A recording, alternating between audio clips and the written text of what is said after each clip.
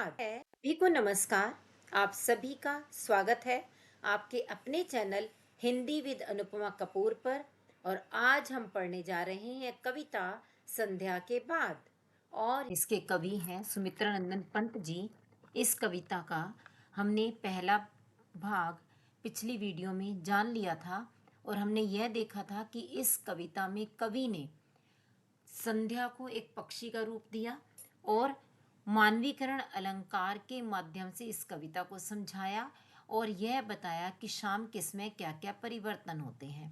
तो अनेक परिवर्तनों की बात करते हुए यहाँ कवि ने संध्या का मानवीकरण किया था। और हम ये जान चुके हैं कि जब हम सप्रसंग व्याख्या करेंगे उसमें पहले संदर्भ देंगे। संदर्भ में हम बताएंगे कविता संध्या के बाद और कवि सुमित्रानंदन पंत। फिर उसके बाद प्रसंग में बताएंगे कि इस कविता में ढलती हुई सांझ के समय गांव के वातावरण, जनजीवन और प्रकृति का सुंदर चित्रण हुआ है। उसके पश्चात हम आगे बढ़ते हैं और देखते हैं कि अब भाग 2 में आगे कवि ने क्या बात कही है। माली की मड़ई से उठ नभ के नीचे नवसी धूमाली, मंद पवन में तिरती नीली रेशम की सी हल्की जाली। माली की मड़ई, मड़ई का अर्थ होता है छोटी झोपड़ी। माली की छोटी झोपड़ी से शाम के समय धुआं उठने लगता है। क्यों धुआं उठने लगता है? क्योंकि वहां पर खाना पकाने की कोशिश हो रही है, खाना पकाया जा रहा है, चूल्हा जलाया जा रहा है, तो इसीलिए धुआं भी उठेगा ही।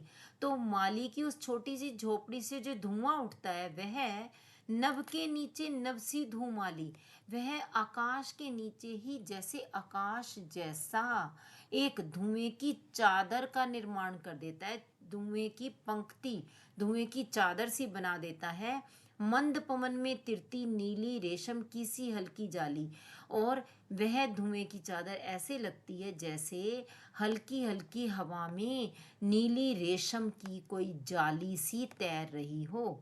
बत्ती जला दुकानों में बैठे सब कस्बे के व्यापारी, शाम के समय कस्बे के सभी व्यापारी अपनी अपनी दुकानों में बत्ती जला करके बैठ जाते हैं। मौन मंद आभा में हिम की ऊँग रही लंबी अंधियारी, और उस समय शांत धीमी धीमी उस रोशनी में ऐसा लगता है जैसे सर्दी की, हिम का अर्थ होता है बर्फ, ठंड, सर्दी, सर्दी की लंबी वो अंधियारी रात जो है वो ऊँघ रही हो। धुआं अधिक देती है टिन की ढिबरी, कम करती उजियाला। रात के समय जब रोशनी के लिए छोटी सी ढिबरी जलाई जाती है, ढिबरी होता है मिट्टी के तेल से जलने वाला दिया या टिन का बना हुआ छोटा सा दिया जिसमें मिट्टी का तेल डाल करके उसे जलाया जाता है, तो वह टिन की ढिबरी उजाला तो कम करती है लेकिन धुआं अधिक देती है।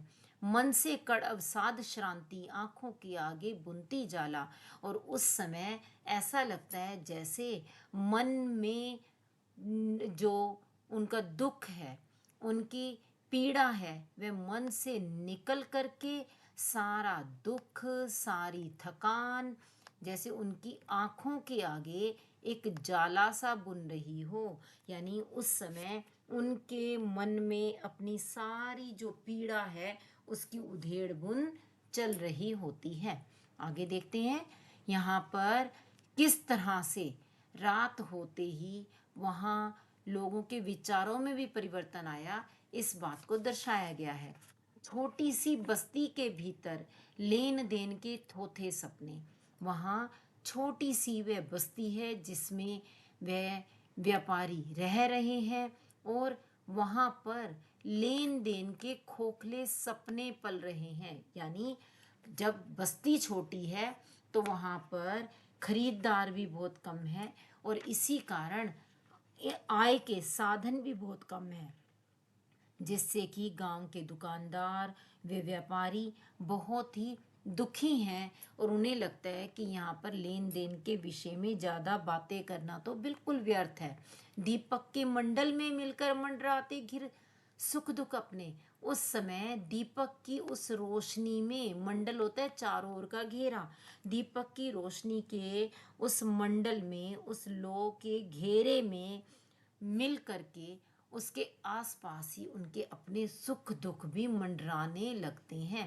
कंप कंप उठते लो के संग, कातर उर क्रंदन मूक निराशा।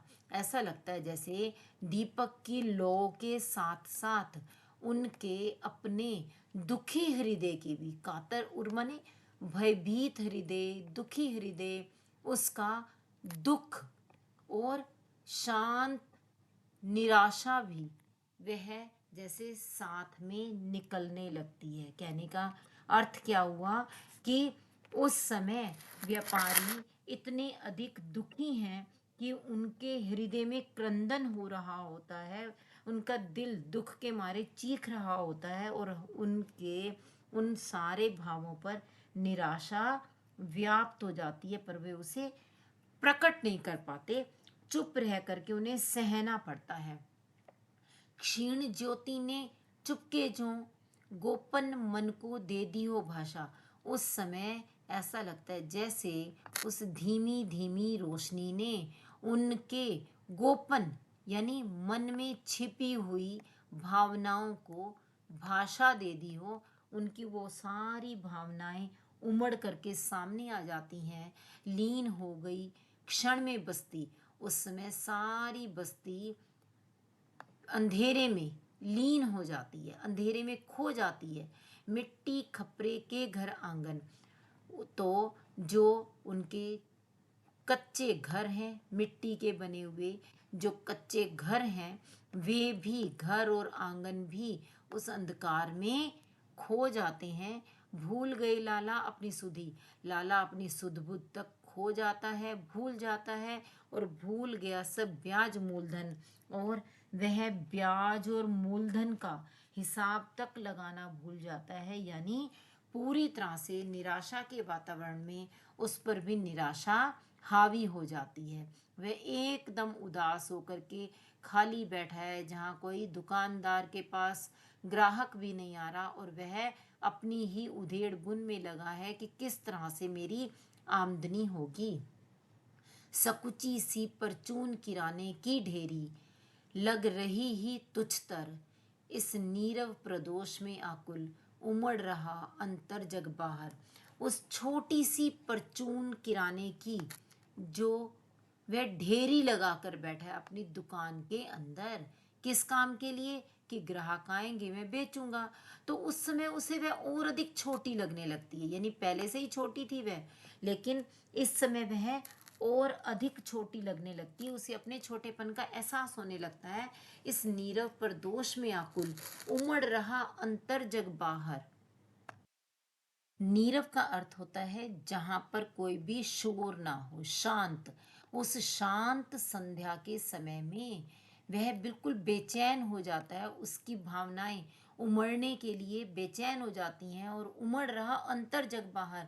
ऐसा लगता है जैसे उसके अंदर की वो सारी पीड़ा उमड़ करके बाहर आने को है।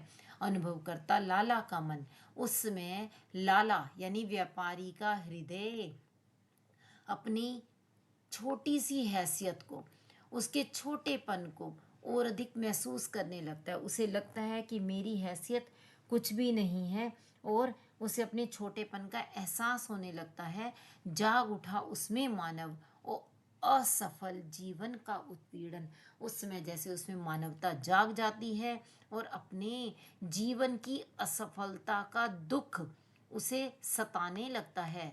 दैन्य दुख अपमान गलानी, चिर क्षुधित पिपासा मृत अभिलाषा। उस समय उसके हृदय में दीनता का भाव, दुख, बेइज्जती, ग्लानि का भाव, यानी अपनी हीन दशा का एहसास, यह सब उसे सताने लगता है। चिर क्षुधित पिपासा, बहुत लंबे समय से जो दरिद्रता का जीवन जी रहे थे, दुख में, बेइज्जती में, घृणा के भावों को झेलते हुए वे अपना जीवन बिता रहे थे, भूख प्यास को सहन कर रहे थे, और ऐसा लगता है जैसे कि उनकी सारी इच्छाएं भी मर गई थी। बिना आय की क्लांति बन रही उसके जीवन की परिभाषा। और आमदनी तो है नहीं, इसी कारण बिना आमदनी की उसकी जो वो थकान है वह ही उसके जीवन की परिभाषा बन गई है। तो इस प्रकार आमदनी ना होने के कारण वह बहुत अधिक दुखी है और ऐसा लगता है जैसे उसका जीवन इस समय दुख की परिभाषा बन करके ही रह गया है। जड़ अनाज के ढेर सदृश ही वह दिन भर बैठा गद्दी पर। जिस प्रकार से अनाज की ढेरी बिल्कुल जड़ है, वह अपनी जगह से हिलती डुलती भी नहीं, उसी के समान ही, सदृश माने समान, उसी के बराबर, उसी की तरह ही वह भी दिन भर अपनी गद्दी पर बैठा रहता है और ग्राहक का इंतजार करता है। और जब ग्राहक नहीं आता तो विभिन्न भावों को अपने मन में लिए हुए वह केवल विचार विमर्श ही कर पाता है, उधेड़ बुन में लगा रहता है। आमदनी कम होना यह उसकी चिंता का कारण है, जिसके विषय में वह निरंतर विचार विमर्श करता है। और बात बात पर झूठ बोलता, कौड़ी की स्पर्धा में मरमर। इसीलिए वह बात बात पर झूठ बोलता है और कौड़ी की स्पर्धा यानी पैसा कमाने की होड़ में वह लगा रहता है। और फिर भी क्या कुटुंब पलता है। यहाँ प्रश्न अलंकार के माध्यम से कवि ने पूछा कि वह इतना कुछ करता है, अपनी तरफ से समस्त प्रयास कर रहा है और झूठ तक बोल रहा है, लेकिन फिर भी इतना सब करने के बावजूद क्या वह अपने परिवार को ठीक से पाल पा रहा है। यहाँ पर प्रश्न किया गया है कि क्या उसका परिवार का पालन पोषण ठीक से हो पा रहा है। रहते स्वच्छ सुघर सब परिजन, क्या उसके परिवार के सभी लोग अच्छे घरों में स्वच्छ वातावरण में रह पा रहे हैं। बना पा रहा वह पक्का घर, क्या वह पक्का घर निर्मित कर पा रहा है। मन में सुख है, क्या उसके मन में सुख मौजूद है। जुटता है धन, क्या वह अपने परिवार की जरूरतों के मुताबिक धन जोड़ पा रहा है, जुटा पा रहा है। खिसक गई कंधों से कथड़ी, यही सब सोचते सोचते उसके कंधों से वह पुराने कपड़ों से बनाया गया जो लेवा था, जो गुदड़ी थी, वह खिसक जाती है। ठिठुर रहा अब तन से तन, सर्दी से तन, और उसका शरीर सर्दी से ठिठुरने लगता है। सोच रहा बस्ती का बनिया, और वह बस्ती का छोटा बनिया यानी छोटा दुकानदार सोचने लगता है घोर विवशता का निज कारण कि उसकी इतनी अधिक मजबूरी का आखिर कारण क्या है। वह अपनी उस मजबूरी का कारण ढूंढने लगता है, सोचने लगता है। शहरी बनियों सा वह भी उठ क्यों बन जाता नहीं महाजन। उसके मन में विचार आता है कि वह भी क्यों नहीं शहर के बनियों के समान, महाजनों के समान, बड़े बड़े व्यापारियों के समान महाजन क्यों नहीं बन जाता, एक उन्नत दुकानदार क्यों नहीं बन जाता। रोक दिए हैं किसने उसकी जीवन उन्नति के सब साधन। उसके मन में प्रश्न उठता है कि आखिर वह कौन है जिसने उसके विकास के, उसकी प्रगति के सारे साधनों को रोक दिया है। वह क्यों मजबूर होकर के इतना अधिक मेहनत करने के बावजूद भी बहुत कम कमा पा रहा है। और जबकि शहरी दुकानदार जो व्यापारी हैं वे उन्नत जीवन जी रहे हैं, तो उसके जीवन में भी अवश्य परिवर्तन आना चाहिए। और उसे लगता है कि सभी को समान रूप से सब कुछ मिल जाना चाहिए। यदि ऐसा हो तो हर कोई खुशहाल होगा। और इसीलिए वह यहाँ विचार करता है, यह क्या संभव नहीं व्यवस्था में जग की कुछ हो परिवर्तन, कि क्या कुछ ऐसा नहीं हो सकता जिससे इस सारी व्यवस्था में कुछ बदलाव हो जाए, कुछ ऐसा बदलाव हो जाए जिससे कि संसार के सभी लोग सुखी हो जाएं। कर्म और गुण के समान ही सकल आय व्यय का हो वितरण, और प्रत्येक व्यक्ति को अपने कर्मों और गुणों के आधार पर ही उनकी आय का और खर्चे का बंटवारा हो। अर्थात प्रत्येक व्यक्ति अपनी अवस्था को सुधारना चाहता है और वह चाहता है कि कुछ ऐसा बदलाव हो जिससे उन्हें भी एक अच्छा जीवन जीने का सुअवसर प्राप्त हो, कर्म और गुण के समान ही सकल आय व्यय का हो वितरण, समाज में सभी की आमदनी और खर्चे का बंटवारा बिल्कुल समान रूप से हो, घुसे घरौंदों में मिट्टी के अपनी अपनी सोच रहे जन, वहाँ पर छोटे गांव में अपने अपने छोटे छोटे मिट्टी के घरों में घुसे हुए सब लोग यही सोच रहे हैं कि आखिर ऐसा कैसे होगा, आखिर किस तरह से उनकी अवस्था बदलेगी, और क्या ऐसा कुछ नहीं फूक दे जो सब में सामूहिक जीवन। उनके मन में ये विचार आता है कि क्या कोई ऐसा प्रबंध नहीं हो सकता कि लोगों में सामूहिक जीवन आए, अर्थात सभी लोग एक समान सुख सुविधाओं का उपभोग करें और सभी मिल करके इस समाज को बदलने में अपना अपना योगदान दें और मिलकर जन निर्माण करे जग, और सभी लोग मिलकर के ऐसे नए संसार का निर्माण करें, मिलकर भोग करें जीवन का ऐसा संसार जिसमें सभी अपने जीवन का सही से उपभोग कर सकें, सही से अपने जीवन को जी सकें, हरेक को सुख का उपभोग करने का सुअवसर प्राप्त हो, जन विमुक्त हो, जन शोषण से विमुक्त माने आज़ाद हो जाए, लोग दूसरों के शोषण से आज़ाद हो जाएं, वे अपनी इच्छा के मालिक खुद हों, हो समाज अधिकारी धन का और सारा समाज ही समान रूप से धन का अधिकारी बने, दरिद्रता पापों की जननी, मिटे जनों के ताप पाप भय, सुंदर हूँ अधिवास वसंतन।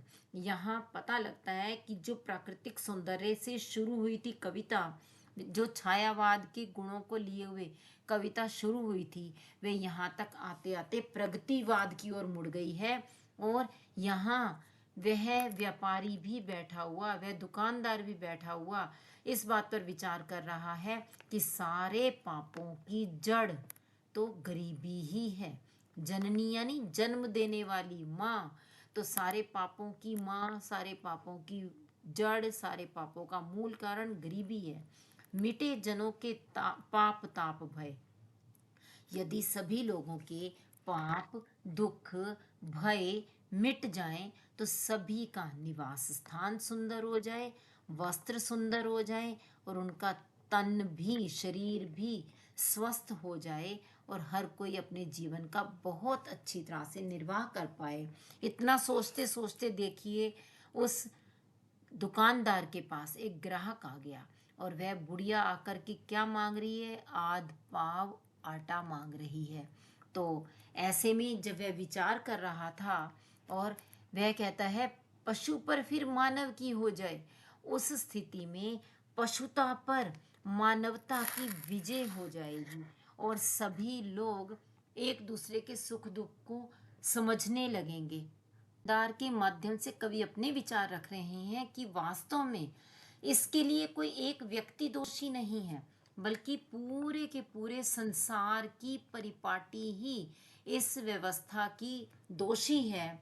दोषी जन के दुख क्लेश की जन का श्रम जन में पड़ जाए। उन्हें लगता है कि संसार की परिपाटी जो व्यवस्था चल रही है, जो रीति चल रही है, वही लोगों के दुखों के क्लेशों का कारण है, और इसीलिए यदि व्यक्ति की मेहनत का पैसा उन व्यक्तियों में ही बट जाए तो सारी प्रजा सुखी हो जाएगी, चाहे वो अपने देश की हो चाहे किसी और देश की हो, हर देश की प्रजा सुखी हो जाएगी यदि लोगों में उनकी मेहनत का पैसा बटना शुरू हो जाए। लेकिन उसी समय टूट गया वह स्वप्न वणिक का, वणिक यानी बनिया, उस बनिए का, दुकानदार का वह सपना उसी समय टूट गया जब एक बुढ़िया बेचारी वहां पर आई। क्या करने के लिए आई? आध पाव आटा लेने के लिए आई। तो ऐसे में जो व्यापारी अभी तक समाजवाद की बातें सोच रहा था और यह सोच रहा था कि सभी को समान अधिकार मिलने चाहिए, उसी ने क्या किया? लो, लाला ने फिर डंडी मारी। उसी लाला ने, व्यापारी ने डंडी मारी, अर्थात धोखा किया और उस बुढ़िया को कम आटा तोलने के लिए प्रयास किया। चीख उठा घुग्गू डालों में। यह देखकर डालियों में बैठा हुआ उल्लू बोल उठा, लोगों ने पट दिए द्वार पर, लोगों ने अपने दरवाजों को बंद कर दिया। निगल रहा बस्ती को धीरे, गाढ़ अलस निद्रा का अजगर, और पूरी बस्ती को गहन आलस का और निद्रा का अजगर धीरे धीरे निगलने लगा। यानी नींद का अजगर यहाँ पर इसलिए कहा गया कि लोग अपनी अवस्था को बदलना तो चाहते हैं, परंतु जैसे ही उन्हें अवसर मिलता है वे स्वयं भी वही काम करते हैं जो कि दूसरों को करते हुए देखकर वे पहले उसकी आलोचना कर रहे थे। तो लोगों की कथनी और करनी में कितना अंतर है, यह बात यहाँ पर स्पष्ट की गई है। तो इस प्रकार से यहाँ कवि ने न केवल प्राकृतिक चित्रण किया है अपितु समाज की अवस्था के ऊपर भी विचार किया है। तो जब भी कोई पद्यांश आएगा उसमें संदर्भ, प्रसंग, व्याख्या के बाद विशेष अवश्य देना होता है।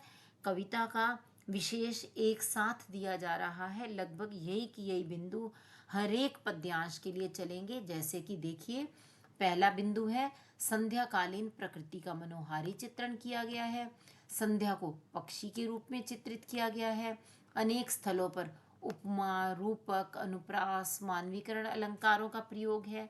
जैसे कि ज्योति स्तंभ सा, इसमें तो हुआ रूप उपमा। सिकता सलिल समीर में अनुप्रास, तत्सम शब्दावली का प्रयोग है। भाषा सरल, सहज, सरस, सुबोध है। शैली प्रभावपूर्ण है।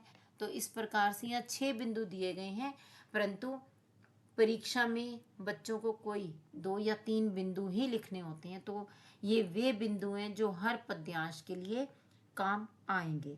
तो इसी के साथ ही आगे जो आज के इस भाग के आधार पर प्रश्न बनते हैं हम उन्हें भी देख लेते हैं। प्रश्न अभ्यास में पहला प्रश्न है, बस्ती के छोटे से गांव के अवसाद को किन किन उपकरणों द्वारा व्यक्त किया गया है। तो इसका उत्तर क्या होगा कि बस्ती के छोटे से गांव के अवसाद को यहाँ कवि ने विभिन्न रूपों में दर्शाया है। जैसे घरों में टिन की ढिबरी जलाई जाती है जो कि रोशनी कम देती है और धुआं अधिक। दूसरा, लोगों के मन का अवसाद उनकी आंखों में तैरता रहता है और ऐसा लगता है जैसे कोई जाला सा बुना जा रहा हो। दीपक की लौ के संग उनके हृदय का कातर क्रंदन, मूक, निराशा, ये सब भी साथ साथ उमड़ते रहते हैं। गांव का दुकानदार ग्राहकों की प्रतीक्षा करता रहता है, ऊँघता रहता है। ये सब इसमें बताया गया है। अगला प्रश्न है, लाला के मन में उठने वाली दुविधा को अपने शब्दों में लिखिए। तो लाला के मन में यह दुविधा उठ रही थी कि केवल उसी के जीवन में दीनता, दुख, उत्पीड़न क्यों है, उसे सुख प्राप्त क्यों नहीं, वह अपने परिजनों के लिए अच्छा घर क्यों नहीं बना पा रहा, उन्हें स्वस्थ क्यों नहीं रख पा रहा, वह भी शहरी बनियों की तरह उठ करके उन्नत क्यों नहीं हो जाता, वह भी उन्हीं के समान महाजन क्यों नहीं बन जाता, उसकी तरक्की के रास्ते आखिर किसने बंद कर दिए हैं।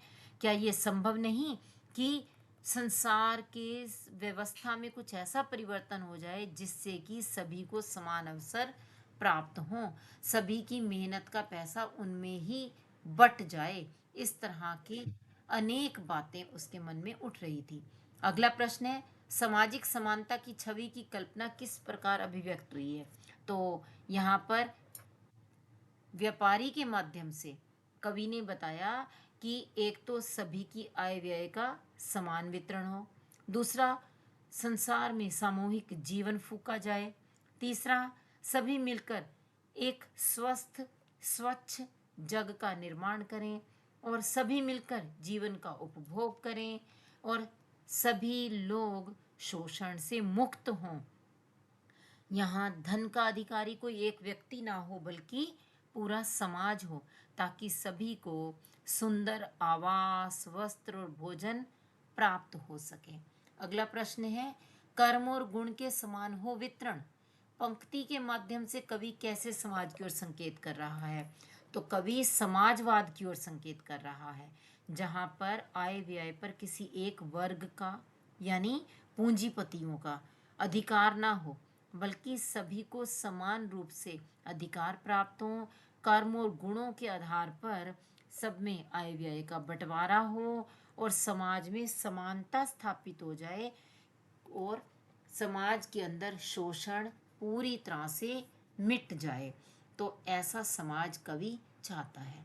इसी के साथ यह कविता पूर्ण हुई और आप लोगों ने इस कविता को अंत तक समझा, इसके लिए आपका धन्यवाद। यदि आपको ये कविता पसंद आई हो तो इसे लाइक व शेयर अवश्य कीजिएगा और यदि चैनल पर नए हैं तो इसे सब्सक्राइब भी कर लीजिएगा। हम फिर मिलेंगे अगले वीडियो में। धन्यवाद।